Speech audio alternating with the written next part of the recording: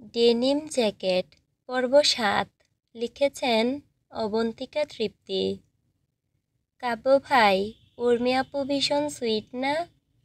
কুহু কথাটা বলে দারোগা পণ্ডিতের মতো কাব্যের মুখের আদল পড়ার চেষ্টা করল। কাব্য ভীষণ স্বাভাবিক, এক হাতে গাড়ি ড্রাইভ করছে, মুখে চুইংগাম চিবুচ্ছে, সেটা এক গালে রেখে। জবাব এলো বেশ রয়েসয়েই, হু। ছোট লুকি, এক বাক্যে অতি সাধারণ এক জবাব। কুহুরুতে পোষালো না, মনও ভরল না এমন উত্তরে। ও ধৈর্য হারিয়ে ফের জিজ্ঞেস করল, আপুকে পাবে যে সে অনেক লাকি হবে, কি বলেন? কাব্য এবার ব্রু কুঁচকে তাকালো, মুখের চুইংগাম আর চিবুচ্ছে না। ব্রু কুঁচকে কুহুর দিকে চেয়ে বলল, কার বউ করে আনতে চাইছিস? মতলব কি তোর? কুহু সঙ্গে সঙ্গে নিজেকে শুধরে কাব্যকে সন্দেহের অবকাশ না দিয়ে বলল, কারোর বউ না, আমি তো এমনিতেই বললাম। কাব্য আর কথাই বাড়ালো না এই ব্যাপারে। চুইংগাম আরাম করে চিবুতে চিবুতে গাড়ি ড্রাইভ করছে।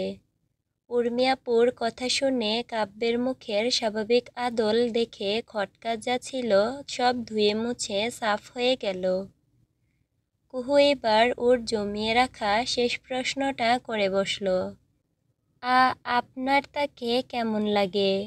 কুহুর বুক কাঁপতে লাগলো প্রশ্নটা করার পর। কাব্য ভাই যদি ভালো কিছু বলেন, আজ এইখানেই মরে যাবে কুহু। কাব্য ভাই শুধু এবং শুধুমাত্র কুহুর হবেন, অন্য কারুর না। কুহু চোখ মুখ খিচে কাব্যের দিকে চেয়ে রইল অপলক। কুহুর মনে শান্তির ফোয়ারা বইতে দিয়ে কাব্য পজিটিভ তেমন কিছুই বলল না, বরং নির্বিঘ্নে ড্রাইভ করতে করতে জবাব দিল, কেমন লাগবে আবার কি? ব্যাচমেট হিসেবে যেমন লাগার দরকার তেমনই লাগে। কুহু হেসে ফেলল নিঃশব্দে, মুখটা গাড়ির জানালার পাশে ফিরিয়ে বুকের বাঁ পাশ চেপে ধরে মৃদু হাসতে লাগলো। কাব্য ভাই বোধহয় সেই হাসি দেখেননি। কুহুর এই মৃদু চাপা খুশির হাসি ভীষণ নজরকাড়া দেখতে লাগছিল। কাব্য ভাই ওই হাসি দেখলে আজই সম্ভবত গাড়িতেই নিজের মনের খেই হারিয়ে বসতেন। আফসোস, কাব্য ভাই চোখ থাকতেও অন্ধ। কুহুর মনটা উঠছে তখনও। কাব্য ভাইয়ের সম্পর্ক নেই উর্মি আপুর সাথে। খুশিতে মনটা আগডুম বাগডুম করে নেচে উঠল। প্রচুর ক্ষুধা লেগেছিল সেই কখন। সেই সকালে বেরিয়েছে, আর বিকেলের দিকে বাসায় ফিরছে। দুপুরে শুধু সিঙ্গারা খেয়েছিল, তারপর আর কিছু খাওয়া হয়নি। এতক্ষণ টেনশনে ক্ষুধা ভুলে থাকলেও এখন আর থাকা যাচ্ছে না। কুহু পাশেই কেএফসির দোকান দেখে ফিরে তাকিয়ে বলল, কাব্য ভাই, বার্গার কিনে দিবেন একটা, ক্ষুধা লাগছে।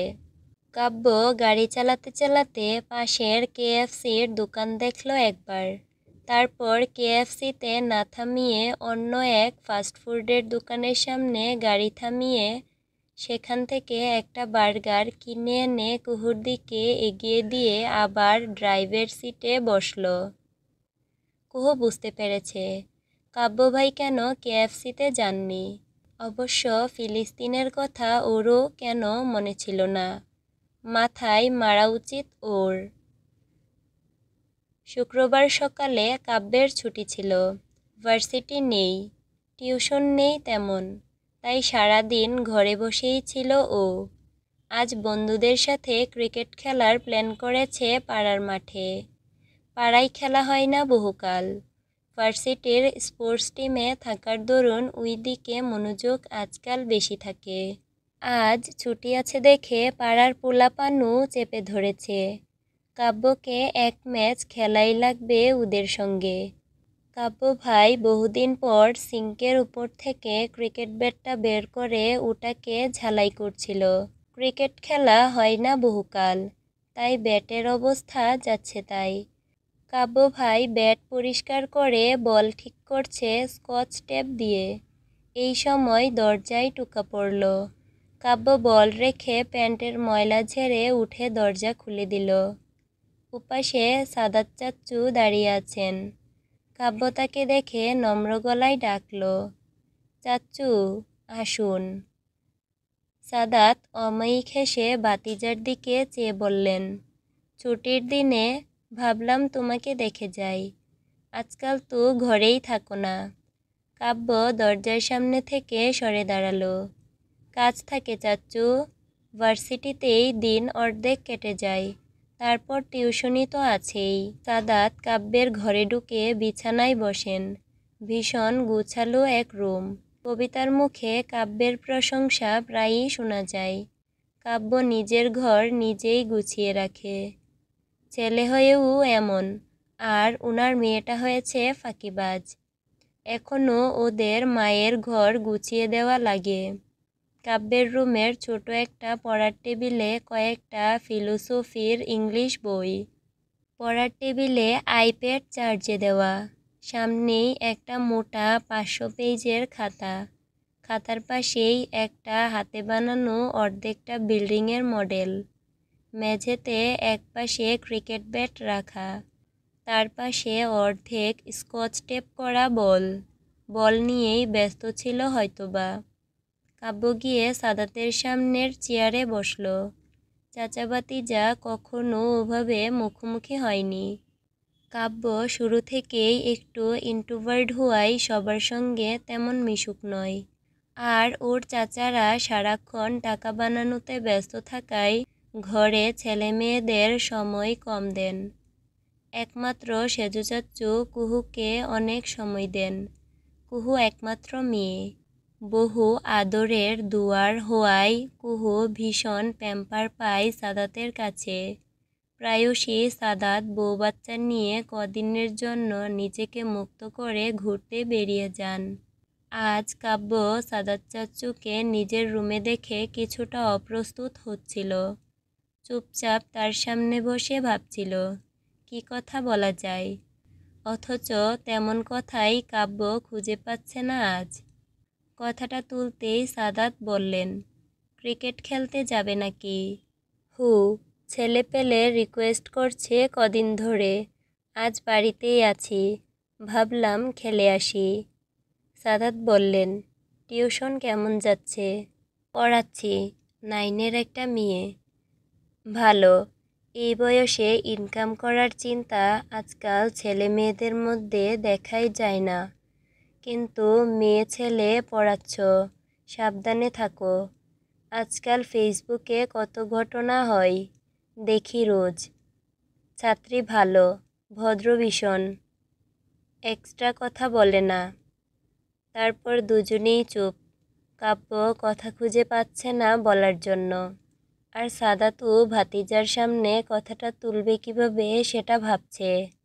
সাদাত কিছুটা দুনামোনা করে এবার আসল কথা তুললেন। আসলে কুহুর এক্সামের রেজাল্ট ভালো না। আমাকে বলল পড়া নাকি বেশি বুঝে না। কাব্য শুনে বলল, ওকে ইউটিউব চ্যানেল দেখতে বলেছিলাম আমি। সাদাত বলল, আসলে কি বলবো তোমাকে, মেয়েটা কাল আমার ঘরে এলো। ভীষণ তাড়াহুড়ো করে বলল ওকে টিউশন দিতে। আমি বললাম তোমার কাছে খবর নিতে, তুমি তো পড়েছই। কিন্তু ও বলল তোমার কথা। কাব্য তাকিয়ে রইল। সাদাত বলল, একবার কি একটু সময় করে দেখিয়ে দিবে? মেয়েটা ভীষণ এলোমেলো আমার, পড়াশোনা করতেই চায় না, তুমি দেখিয়ে দিলে। সাদাত বলা শেষ করতেই কাব্য ভীষণ স্বাভাবিক গলায় বলল, সমস্যা নেই আমার চাচ্চু, সন্ধ্যার পর আসতে বলবেন। সাদাত খুশি হয়ে গেলেন। ভাতিজা এত ব্যস্ত জীবনেও কিছুটা সময় ফাঁকিবাজ মেয়েকে দিচ্ছে। মেয়েটা এবার ভালো রেজাল্ট করুক, তাই চান। সাদাত হেসে খুশি নিয়ে বললেন, আচ্ছা আমি বলবো ওকে, আর ওকে একটুও ছাড় দিও না। আমি তো মুখে বকা দিতে পারি না, ও কাঁদলে তোমার মেঝুমা আমার ভাত বন্ধ করে দেন।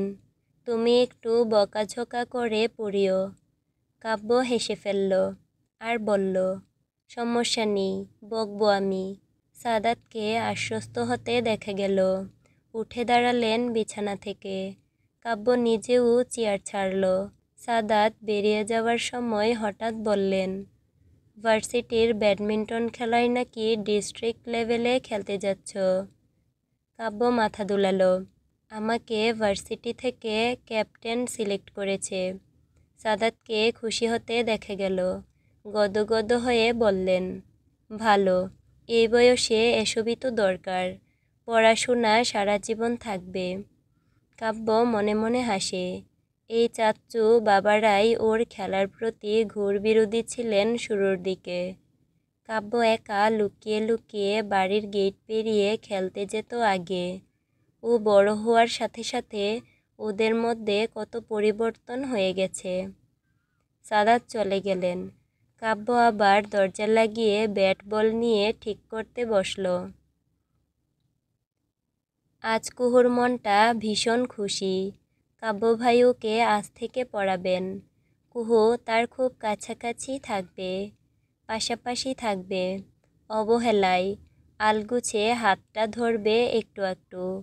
কাব্য ভাই যখন গম্ভীর স্বরে পড়াতে বসবেন, কুহু তখন হাঁ করে তাকে গিলবে।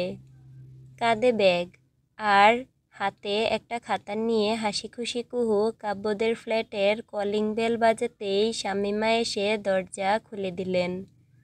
কুহুকে দেখে গালভর্তি হেসে বললেন, আয় আয়, বই খাতা সব এনেছিস? কুহু মৃদু হেসে কাঁধের ব্যাগটা দেখিয়ে বলল, এই দেখো, পুরো রেডি হয়েই এসেছি। শামীমা দরজা লাগিয়ে কুহুর পিছু পিছু আসলেন। কুহু ড্রয়িং রুম পেরোতেই কাব্য বেরিয়ে এলো। কুহুকে দেখে শান্ত গলায় সোফা দেখিয়ে বলল, বস, আমি আসছি। কুহু সোফার দিকে চেয়ে বলল, ড্রয়িং রুমে পড়ব? কাব্য ভ্রু কুঁচকাল। তো আমার বেডরুমে ঢুকতে চাইছিস নাকি? কুহু লজ্জায় পড়ে গেল। গাল লাল লাল করে বলল, না না, তা কখন বললাম। কাব্য চলে গেল নিজের রুমে। কুহু মুখটা হুতুম পেঁচার ন্যায় বানিয়ে পড়তে বসল ড্রয়িং রুমে। কাব্য এলো। ওর হাতে ইঞ্জিনিয়ারিংয়ের কি একটা মোটা বই। এসে সোফার সামনে বসে বইটা টেবিলে রাখল। কুহু কথা বলতে চাইল শুরুতেই, ম্যাথ বই বের কর। কাব্য ওকে থামিয়ে দিল। কুহু কি করবে আর? মাঝপথে কেউ ওর কথা থামিয়ে দিলে ওর ভালো লাগে না একটুও। তাই কাব্য ভাইকেও এখন কুহুর ভালো লাগছে না। কি দরকার এমন বোরিং মানুষের সঙ্গে থাকার? কুহু কাব্য ভাইয়ের বউ হলে ওর কপালে আসলেই দুঃখ আছে। শার্লিন সঠিকই বলে। কুহু চুপচাপ, মেজাজ খারাপ নিয়ে ম্যাথ বই বের করল। কাব্য এক হাতে কলম নিয়ে খাতায় লিখে লিখে ম্যাথ বুঝিয়ে দিচ্ছে। কিন্তু কুহুর ওইদিকে কি মনটা আছে? সে তো গালে হাত দিয়ে হাঁ করে তাকিয়ে আছে কাব্য ভাইয়ের মুখের দিকে। কাব্য যখন জিজ্ঞেস করল, এটা বুঝেছিস? এই উপপাদ্য দিলে নিজে করতে পারবি? ভালো করে কাব্যের কথা না শুনেই কুহু শুধু হ্যাঁতে হ্যাঁ মেলাচ্ছে। কাব্য দেখতে দেখতে আস্ত একটা চ্যাপ্টার শেষ করে তবেই থামল। এইবার কুহুর দিকে বই খাতা এগিয়ে দিয়ে বলল, বাকিগুলো সেম প্যাথ ফলো করে যাবি। নেক্সট 17.2 আর 18.2 করে দেখা এখন। মানে? কুহুর কি এখন এসব ম্যাথ করা লাগবে? ও তো একদমই শুনেনি কিছু। এইবার কুহু মহা বিপদে পড়ে গেল। কুহু আর চোখে কাব্যকে দেখে। কাব্য আইপ্যাডে কোনো একটা বিল্ডিংয়ের নকশা বানাচ্ছে। কুহু কি করবে? এলোমেলো প্রশ্ন করা শুরু করলো। এটা কাদের বিল্ডিং কাব্য ভাই? কাব্য নকশা আঁকছে। সেভাবেই জবাব এলো, অ্যাসাইনমেন্ট। কুহু আবার বলা শুরু করলো, আমাদের এমন একটা বিল্ডিং বানাবেন? কাব্য এবার আইপ্যাড থেকে মাথাটা তুলল। ভ্রু কুঁচকে কুহুর দিকে তাকাতেই কুহু ভয়কে গিলে বলল, করছি করছি বলেই বই খাতা নিয়ে বসে গেল। একবার খাতার পেজ উল্টে আগের ম্যাথটা দেখে নিল। কাব্য যেটা করে দিয়েছে। কি সুন্দর কাব্য ভাইয়ের লেখা। অনেকটা ইটালিক ভাবে লিখেন। কুহু জীবনেও পারবে না ইটালিক ফ্রন্টে লিখতে। আজ কাব্য ভাইকে দেখানোর জন্য কুহু চুল সুন্দর করে ফ্রেঞ্চ বেনি করেছে। ঠোঁটে গালে ব্লাশ টিন্ট ব্যবহার করেছে। পাকিস্তানি ড্রেসও পরেছে। অথচ কাব্যবাই ওর দিকে না তাকিয়ে গভীর মনোযোগ দিয়েই ট্যাবে পড়াশোনা করছেন। কেমন নিরামিষ একটা লুক। কুহু ম্যাথ করে ফেলেছে। কাব্য ওর খাতা দেখছে। ভুল মার্ক করে দিচ্ছিল। কুহু একসময় গালে হাত দিয়ে হঠাৎ প্রশ্ন করে বসে, আপনি যে রোজ নিজের রুমের বারান্দায় ব্যায়াম করেন, ওপাশের বিল্ডিংয়ের মেয়েগুলো বাজে বাজে ইঙ্গিত করলে আপনার অনেক ভালো লাগে, কাব্য ভাই? কাব্য ট্যাব থেকে মাথা তুলে অবাক হয়ে বলল, কোন পাশের মেয়ে? কুহু চোখ মুখ কুঁচকে বলল, বারান্দার পাশে সবুজ বিল্ডিং, দোতলার মেয়েগুলো। কাব্য মনে করার চেষ্টা করে কিছু, ডোন্ট নো, খেয়াল করিনি আমি, বলেই আবার ট্যাবে মন দিল। কুহুর মেজাজ খিচড়ে গেল। বলল, আলবাত ভালো লাগারই তো কথা। এই জন্যই তো রোজ মেয়েগুলো আপনার জন্যে আমার কাছে চিঠি দেয়, নাম্বার চাই। আপনার তো কিছু না, মজা নিন আপনি, আর জ্বালাই মরি আমি। কুহু বিড়বিড় করে শেষের কথা বলেছে, তাই কাব্য ওটা শুনেনি, কিন্তু শুরুর দিকের কথা শুনে ফেলে।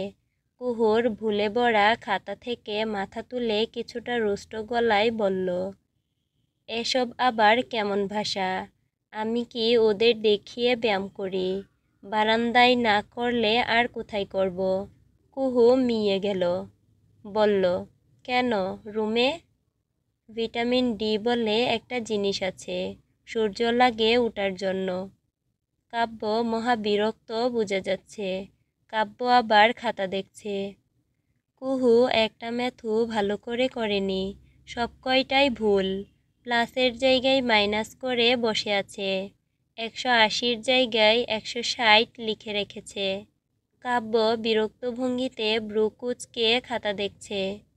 কুহু ওভাবে কাব্যের দিকে চেয়ে অস্ফুটে বলার চেষ্টা করল, কিচ্ছু বুঝেন না আপনি।